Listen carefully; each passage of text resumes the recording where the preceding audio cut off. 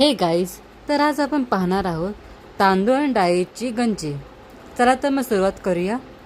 तर सर्वप्रथम येथे मी 2 वाट्या तांदूळ घेतले आहे।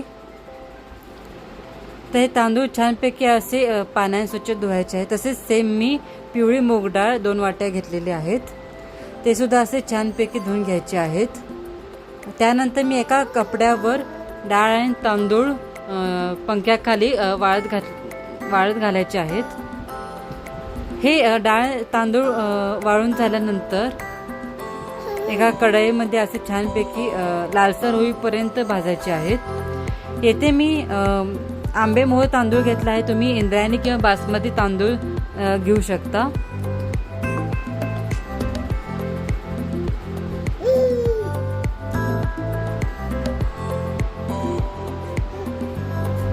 तर असे हे डाळ आणि तांदूळ लालसर भाजून घेतल्यानंतर आपण मिक्सरमध्ये त्याची छानपैकी पावडर करून घ्यायची आहे।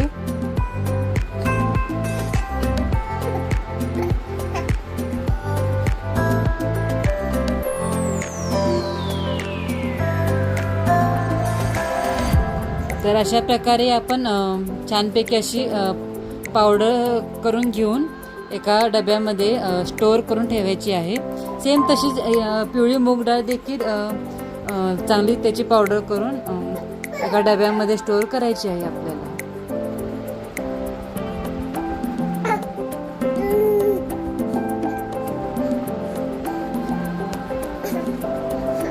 तर अशा प्रकारे आपली डाळ आणि तांदळाची पावडर करून झालेली आहे। तर इथे मी एका भांड्यामध्ये एक फुलपात्र पाणी घेतलं आहे। तर त्यामध्ये 2 चमचे कांद्याची पावडर घातली आहे।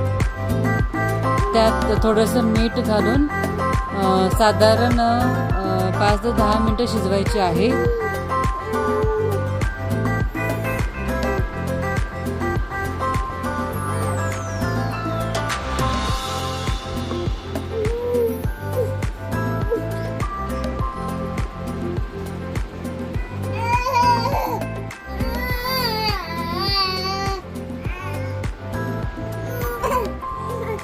असं छान घट्ट थोडं शिजलं पाहिजे आणि त्यात थोडंसं तूप घालून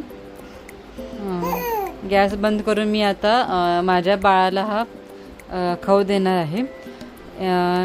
हे तांदळाची गंजी आपण 6 ते 9 महिन्यांच्या बाळाला देऊ शकतो। तर व्हिडिओ आवडल्यास प्लीज लाईक, शेअर आणि सबस्क्राईब करायला विसरू नका। थँक्यू।